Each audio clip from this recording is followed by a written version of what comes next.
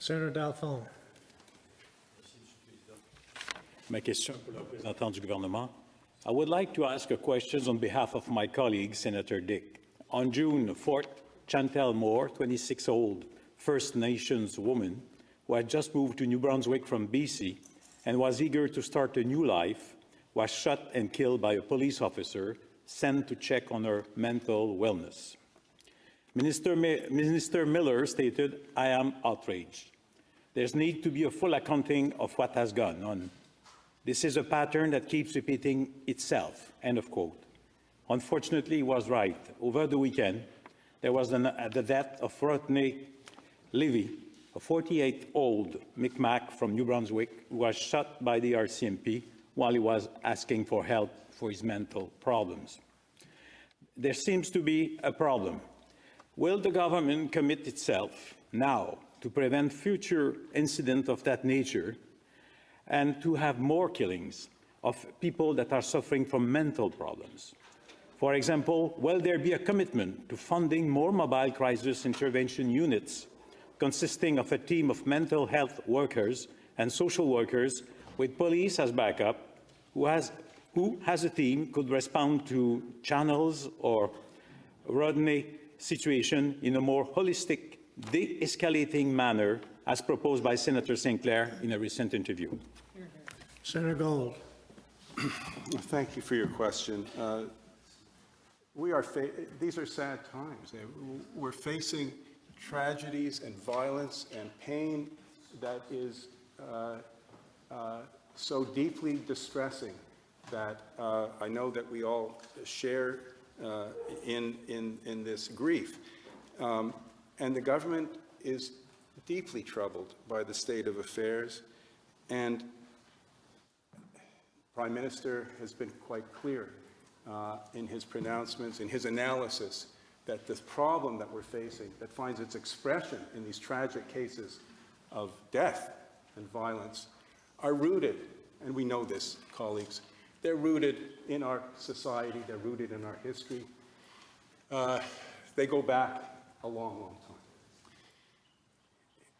Were it the case that our words, or even less a government, could fix this, but that is not the world we live in. The government is committed and remains committed to doing its part along with civil society, along with provincial, territorial, municipal governments, along with the institutions like the RCMP, like provincial police forces, that we all must do our part to find a way to make progress towards addressing the systemic problems that give rise to these horrible events.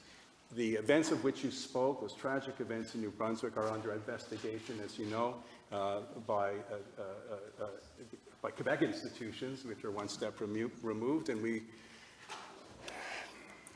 to say we look forward to the results is probably not the right form of words. But when we get the reports, I can assure this chamber that the government will take seriously, very seriously, whatever recommendations flow from them. And more generally, this government is committed to working with the institutions within its jurisdiction to push forward and to improve the way in which we relate and interact in our country, so as to reduce, ideally eliminate, but to reduce the risks and incidents of these tragedies happening.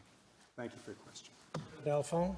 In that perspective, where the Minister of Aboriginal Department in New Brunswick said that the problem with the justice system is that it suffers from systemic discrimination and racism.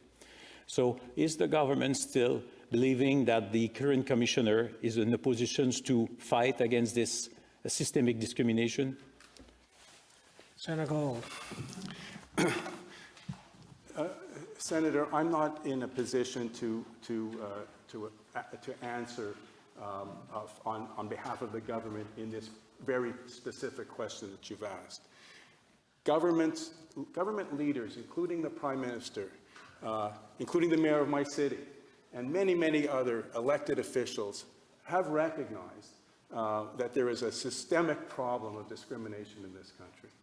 And it is up to us as parliamentarians and up to our elected leaders to do what we can within our jurisdiction to push, to educate and push those within our purview to confront the realities with which we face, peu importe les mots employés, and to take action, because it's action, not words are important and words are acts, but it's the actions that count. And so in that regard, this government remains committed to doing what it can to address the problem of systemic discrimination in our country.